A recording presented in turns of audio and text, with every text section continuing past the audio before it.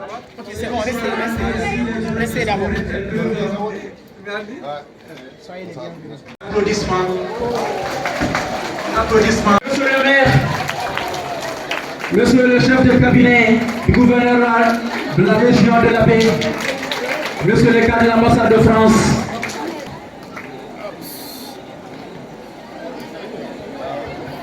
merci. Ok,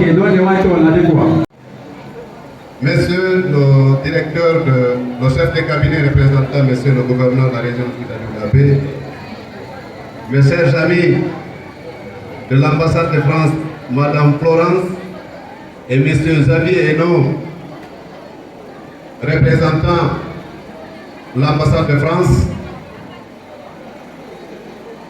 Monsieur le directeur communal de la jeunesse, chers membres du club RFI Labé,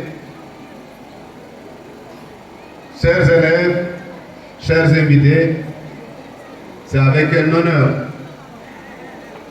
et une joie immense que je prends la parole à l'occasion de la finale de cette compétition organisée bien entendu par le club RFI Labé. D'abord pour souhaiter à toutes et à tous, et particulièrement à nos amis de l'ambassade de France, la cordiale bienvenue à la paix. Nous vous disons aujourd'hui. Mesdames, Mesdemoiselles et Messieurs, c'est pour moi un grand honneur de participer à cette journée scientifique et culturelle organisée par les fils et filles de notre région. Monsieur le chef de cabinet du gouverneur, honorables invités, pour l'ambassade de France, évidemment, c'est un honneur d'être ici parce que l'éducation est au cœur de la politique de coopération de la France. C'est pas juste de promouvoir la langue française, c'est aussi de faire en sorte que tous les jeunes puissent avoir accès aux services éducatifs et l'accès, la maîtrise des langues en fait partie. Donc pour nous, on a donné notre parole au club RFI concernant notre présence. C'est étonnant, ils sont où les garçons? Je vois que des filles. C'est étonnant. Ils sont là les garçons? Alors, qu'est-ce qui se passe dans cette ville? On ne parle que des femmes. C'est quoi ce travail? Bon, en tout cas, on est très fiers, nous, à l'ambassade de France, de vous soutenir. On est très fiers de soutenir beaucoup de projets ici à la baie, parce que vous êtes une population dynamique, jeune, pleine d'idées, pleine d'énergie. Et en venant ici, j'ai vu une phrase que j'ai retenue là-haut.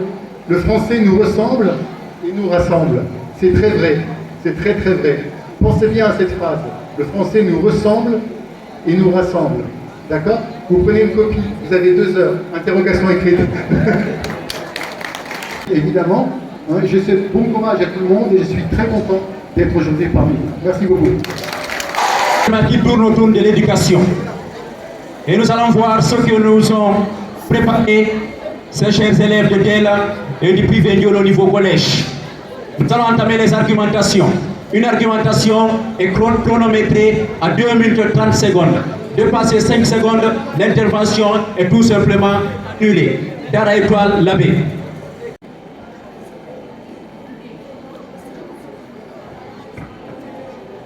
Bonsoir, cher public, distingués invités, honorables membres du jury, mes très chers adversaires. Je réponds au nom de Diallo Ramatoulaye. Je suis de la 9e année au groupe scolaire Dara Étoile Labé ADS, qui signifie tout simplement Académie du Savoir. Si les fautes d'orthographe, de grammaire, de vocabulaire et de conjugaison sont fréquentes, c'est tout simplement parce que les apprenants ne reçoivent pas une formation de qualité. Les autorités éducatives sont très négligentes. Nous avons des écoles délabrées où les enfants étudient par terre. Il est quasiment impossible de voir une école équipée de bibliothèques et de salles de lecture. Également, les missions de contrôle et de suivi effectuées par les autorités éducatives ne sont que formelles. Même si elles identifient des lacunes, elle ne le solutionne pas. En ce qui concerne la responsabilité des encadreurs, permettez-moi de commencer par un proverbe. Un méchant ouvrier pointe le bon outil. Quand l'ouvrier ne fait pas bien son travail, il accuse ses outils. Et lorsque l'enseignant ne dispense pas bien son cours, il accuse ses élèves. Certains encadreurs ne font pas de recherche. Chaque année, ils reconduisent les mêmes leçons. Ils ne cherchent jamais à s'améliorer. Or, comme le disait Gaston de Bachelard, je cite, qui ne continue pas d'apprendre est indigne d'enseigner. D'autres enseignants également n'ont qu'un seul souci, finir le programme. Que leur cours soit assimilé ou pas par les élèves ne les préoccupe surtout pas. Ils ne font que bâcler le programme et faire recopier aux apprenants. Ils font semblant d'enseigner, mais en réalité, je dis bien, mais en réalité, leur place est ailleurs et non dans l'enseignement. Chers messieurs et dames, par ailleurs, certains encadreurs, une fois en classe, ne font que bavarder. Ils oublient le cours et se mettent à raconter des futilités ou des insolites. Ils ne démontrent rien, n'expliquent rien, n'inspirent personne. C'est ce constat d'ailleurs qui fait dire à William Arthur, un professeur médiocre parle, un bon enseignant explique, un excellent enseignant démontre, un très grand enseignant inspire. Chers messieurs et dames, il est indéniable donc que les apprenants sont victimes du manque de niveau des encadreurs et de la négligence des autorités éducatives. Je vous remercie.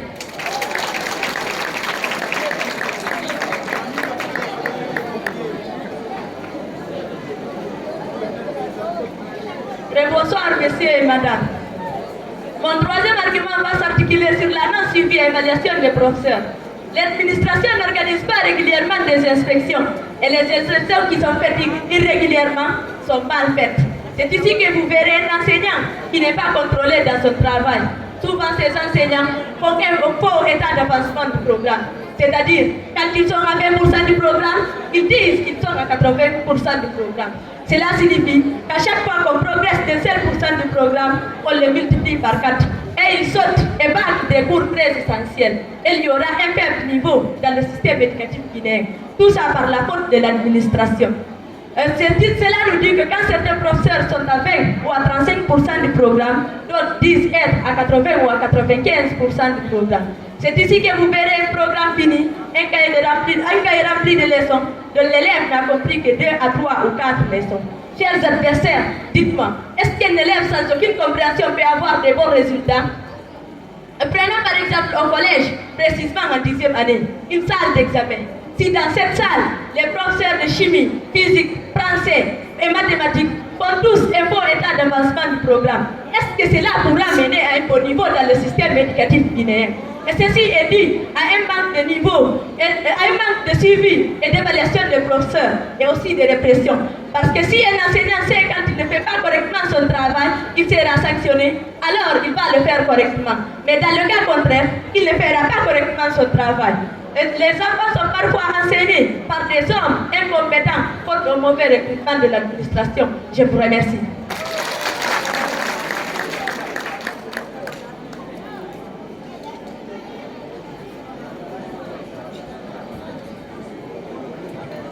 Cher public, distingués invités, honorables membres du jury, très chers adversaires, bonsoir. Un enseignant est tout d'abord un détenteur de savoir, mais aussi un pédagogue.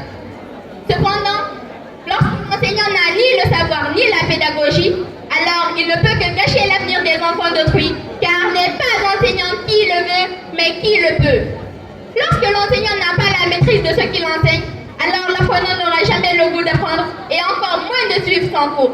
Or, nous le savons tous, tu peux rencontrer en Guinée un enseignant qui n'a jamais eu le BEPC, à plus forte raison le bac. Des gens qui ont abandonné leurs études au collège ont été pris et formés à l'ENI pour devenir des instituteurs. Ils n'ont ni maîtrise, ni pédagogie.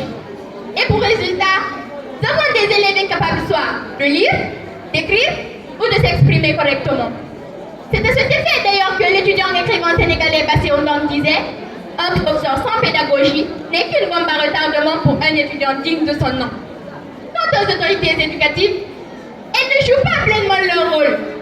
Non seulement elles recrutent très mal les enseignants, mais aussi elles n'assurent pas les contrôles de suivi convenablement. N'accusons ni les apprenants, ni les parents d'élèves. Nous sommes tous unanimes, s'il est comme parents d'élèves d'éduquer les enfants, alors c'est à l'État de les instruire. C'est d'ailleurs ce qui fait dire à Victor Hugo, je cite, « L'éducation, c'est la famille qui la donne. L'instruction, c'est l'État qui la doit. » Admettons donc, chers messieurs et dames, que si l'enseignant lui-même n'a pas la maîtrise de la discipline qu'il enseigne, alors il sera très difficile, voire impossible même pour l'apprenant d'avoir un bon niveau. Voilà pourquoi, chers messieurs et dames, nous soutenons mordicus que ce sont les autorités éducatives ainsi que les encadreurs, les principaux responsables des fautes d'orthographe, de vocabulaire, de grammaire ainsi que de conjugaison que nous constatons dans les écoles, dans nos administrations ainsi que dans la société. Avant de céder la parole, je voudrais vous demander à qui revient le devoir de garantir l'instruction qui est un droit du citoyen. Je vous remercie.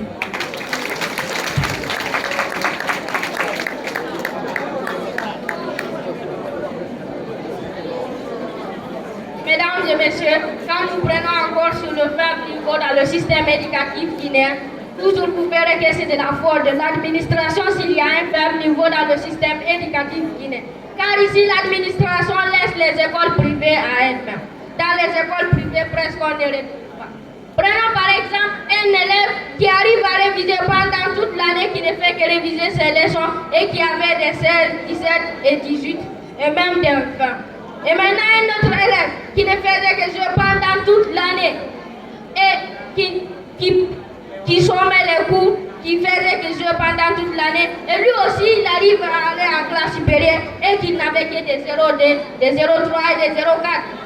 Maintenant c'est là ici, qu'est-ce que l'élève, cet élève qui avait des 16, 17, 18 et même des 20, il va dire que puisque quand on étudie ou quand on va aller en classe supérieure, donc je ne vais pas m'efforcer à étudier. Et tout ça c'est de la faute de l'administration, car l'administration laisse les écoles privées à elles-mêmes. Sinon, ces écoles privées ici allaient étudier normalement et il n'y aurait pas de pollution dans ces écoles. Puisque dans ces écoles, vous verrez qu'il n'y a que presque le commerce seulement. Et l'élève là, c'est pourquoi vous verrez même qu'il n'y a plus de concurrence dans les écoles. Vous verrez le premier à 17 de moins, le deuxième à 14 de moins, le troisième 13 de moins. Et ça, ce ne sont pas des concurrences.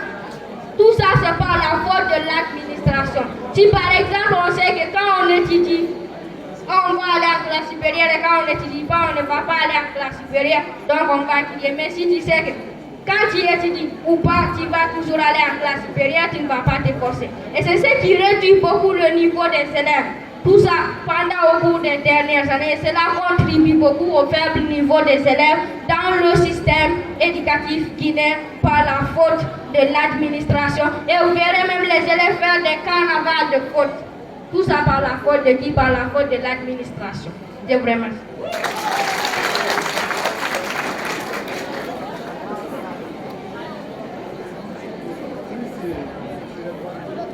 Cher public, distingués invités, honorables membres du jury, mes très chers adversaires, nier que le Guinéen en général et l'élève guinéen en particulier s'exprime mal en français ressemblerait à vouloir cacher le soleil par la paume de sa main. Les encadreurs et les autorités éducatives constituent la véritable source du problème. Aujourd'hui, des écoles poussent partout comme des champignons. Mais ce qui préoccupe les encadreurs de ces différentes écoles, c'est comment avoir un grand effectif pour amasser le maximum d'argent à la fin du mois. Ils ne se préoccupent jamais de la qualité de l'enseignement. Dans ces écoles, les classes et les cours de récréation ressemblent à des marchés de légumes. Personne ne s'exprime en français. Même les encadreurs, pour s'adresser aux élèves, utilisent la langue maternelle. Tout ce que tu as perpétué dans une école, c'est les uniformes des élèves, les tables bancs et le drapeau. Chers messieurs et dames, quant aux autorités éducatives, elles recrutent et affectent à l'enseignement des personnes parfois qui n'ont jamais dépassé le collège et qui n'ont aucun niveau, aucune expérience. Ces autorités éducatives n'appliquent aucune rigueur pendant leur soi-disant inspection. Ils reçoivent des pots de vin dans les directions d'établissement pour fermer les yeux sur les anomalies. Parfois, ils n'inspectent même pas et inventent des rapports erronés pour faire croire que tout se passe bien. En plus de ça, nos autorités éducatives n'arrivent pas à doter nos écoles de matériel didactique pour permettre aux enseignants de bien faire leur travail. Parfois, tu peux voir une école entière qui ne dispose que d'un seul dictionnaire. Je dis bien une école entière qui ne dispose que d'un seul dictionnaire, Alors, chers adversaires, dites-moi, comment pouvons-nous améliorer la maîtrise du français si ceux qui sont chargés de la formation des enfants n'ont pas de niveau, ou si les autorités en charge de l'éducation ne font pas leur devoir? Je vous remercie.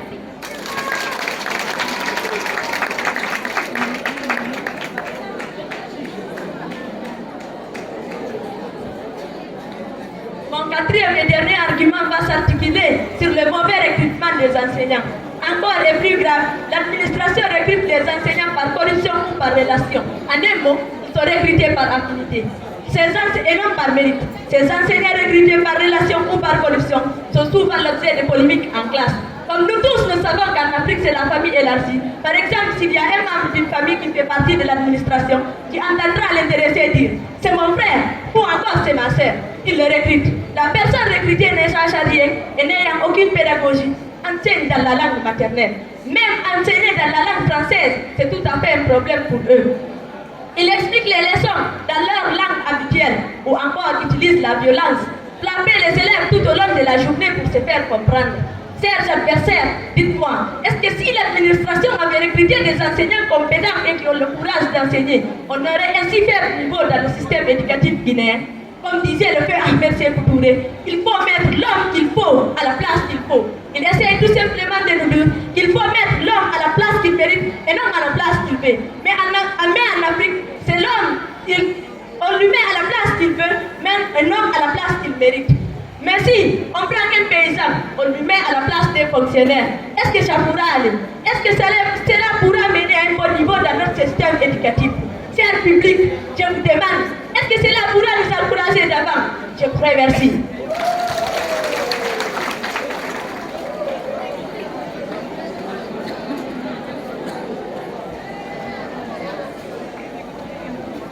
Cher public, distingués invités, honorables membres du jury, très chers adversaires, le bonsoir. Aujourd'hui, il est indéniable que partout, que ce soit à l'école, dans les bureaux ou encore dans les assemblées, l'utilisation de la langue française constitue un véritable casse-tête. Il est très difficile d'avoir un entretien de 3 à 5 minutes avec une personne sans que des fautes ne surgissent. Il est aussi très rare de lire une correspondance ou alors une demande manuscrite sans y trouver une avalanche de fautes. Cela est dû à la qualité de la formation reçue au primaire. C'est à l'école primaire que les enfants reçoivent une qualité de formation leur permettant de lire et d'écrire. C'est aussi au primaire qu'on apprend aux enfants les 26 lettres de l'alphabet, les mots, les syllabes, l'intonation, la prononciation, etc. Mais malheureusement, nos enfants sont très mal encadrés à l'école primaire. Ils sont enseignés par des maîtres et maîtresses qui, certains n'ont jamais réussi à obtenir le brevet. Ils n'ont ni niveau, ni connaissance. Ces élèves vont continuer leur cursus scolaire au secondaire avec des enseignants à des niveaux là aussi qui laissent à désirer. Ces mêmes élèves iront au lycée sans avoir maîtrisé aucune règle de conjugaison, de vocabulaire et encore moins de grammaire. Finalement, on a un élève qui sera bientôt un étudiant des cadres qui ne maîtrise pas la langue française dans laquelle il a étudié pendant plus d'une dizaine d'années. L'homme, c'est le fruit de sa société. Nous sommes la somme de ce qui nous entoure. Nous ne pouvons pas avoir de mauvais formateurs et espérer obtenir d'excellents élèves, car le niveau de l'élève reflète le niveau de l'enseignant et de la formation reçue. Chers adversaires, en parlant de ce problème lié à la langue française, laissez-moi vous dire que les élèves ne sont que des victimes et les principaux responsables ne sont autres que les autorités éducatives qui affectent à l'enseignement des personnes qui n'ont ni connaissance ni expérience en la matière. Je vous remercie.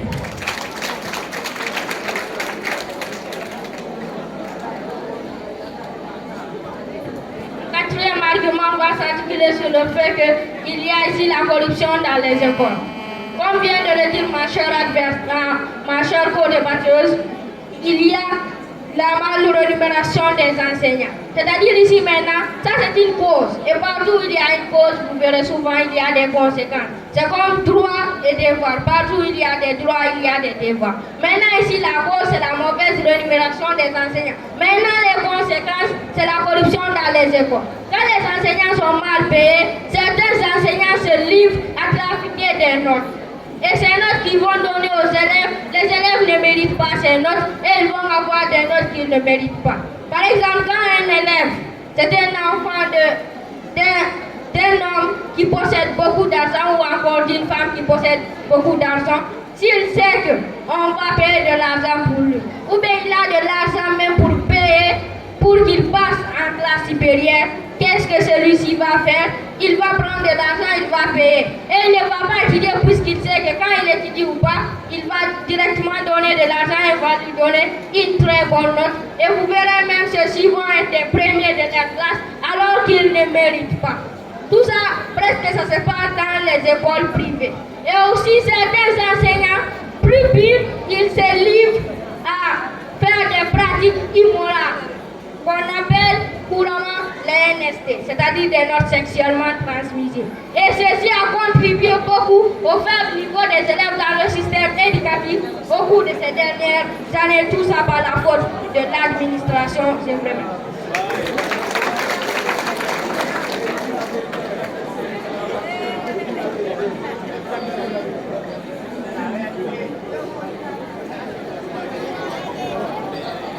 La phase argumentative est terminée. Nous entamons la conclusion. 2 minutes par école. Une seule conclusion.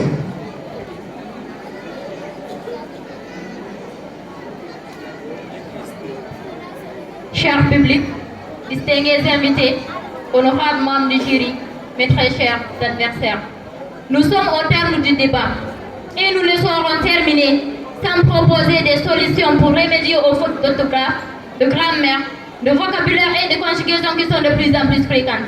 Voilà ce que nous, les élèves de Dara Étoile, proposons. Il faut recruter des enseignants dignes de nom, identifier et former les enseignants qui ont des lacunes, promouvoir l'excellence en attribuant des prix aux encadreurs et apprenants qui se sont distingués au cours de chaque année, impliquer les parents d'élèves au contrôle et suivi des apprenants, imposer aux élèves de traiter leurs exercices et de faire les devoirs de maison, interdire l'usage des langues vernaculaires en milieu scolaire, habituer les élèves à s'exprimer en public, organiser des cours de rattrapage pour les apprenants qui ont des lacunes, construire les écoles qui répondent aux normes pédagogiques, équiper les écoles de bibliothèques et de salles de lecture, et enfin programmer des cours d'orthographe, de grammaire, de vocabulaire et de conjugaison au lycée. Je vous remercie.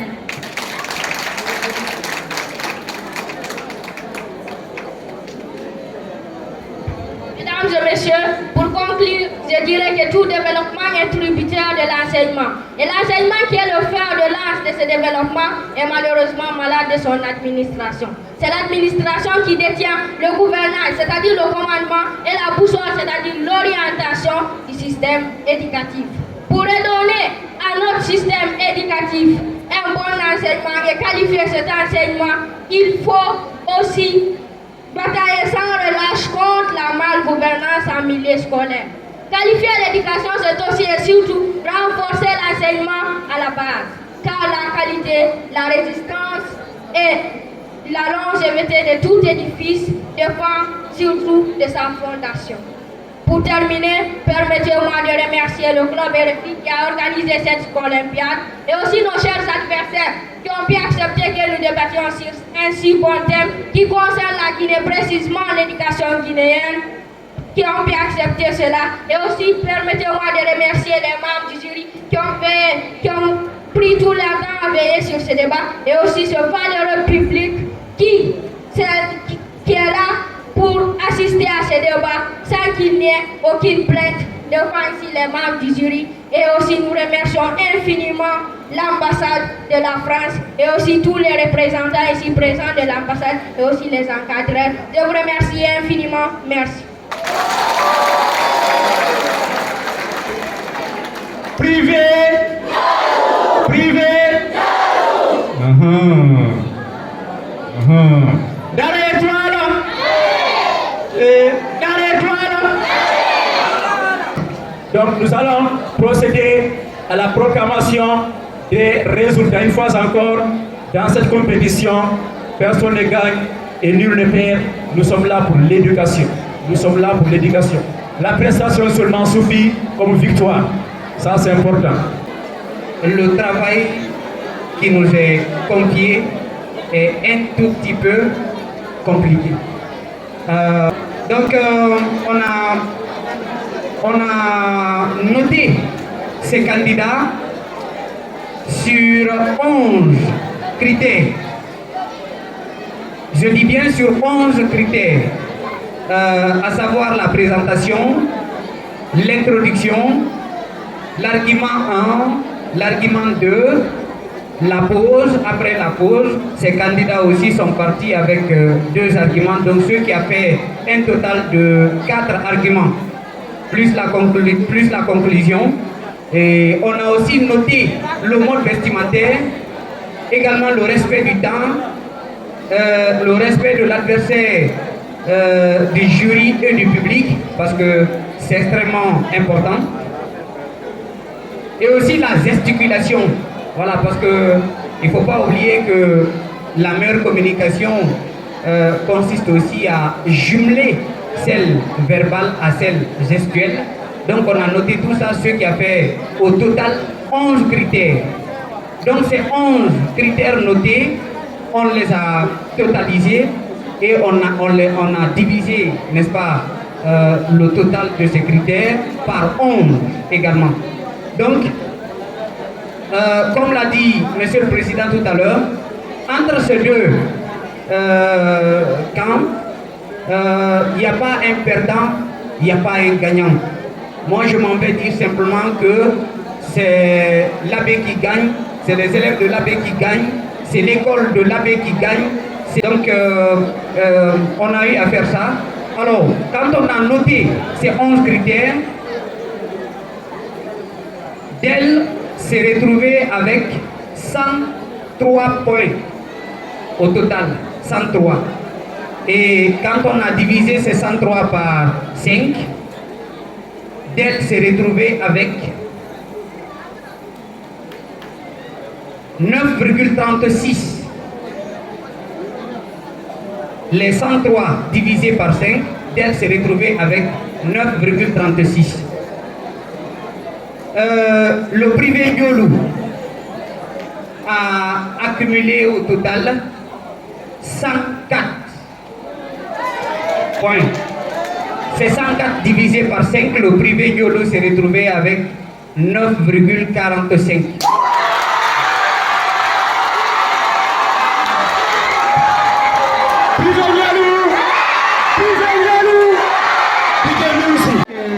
Mesdemoiselles, félicitations. Je viens d'arriver en Guinée, mais j'ai été très impressionnée honnêtement, tant par votre maîtrise de la langue que la qualité de vos arguments. Donc il n'y a pas matière à pleurer, franchement. C'était vraiment très bien ce que vous avez fait. Et c'est un honneur pour moi de vous remettre ces prix. Voilà. Cela aussi pour vous. Et vous encourager à continuer dans cette voie, parce que je pense que vous avez fait tout en toute femme. Félicitations.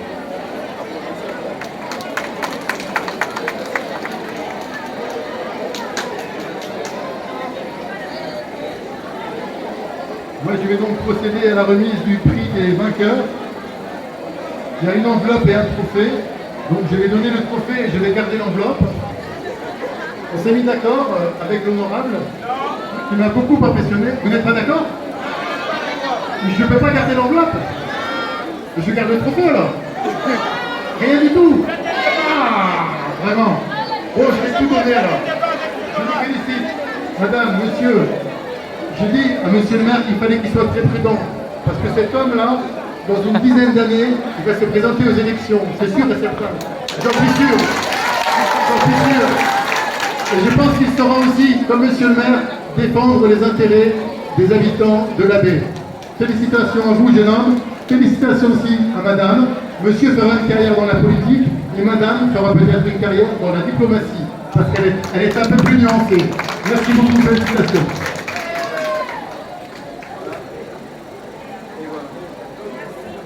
Félicitations.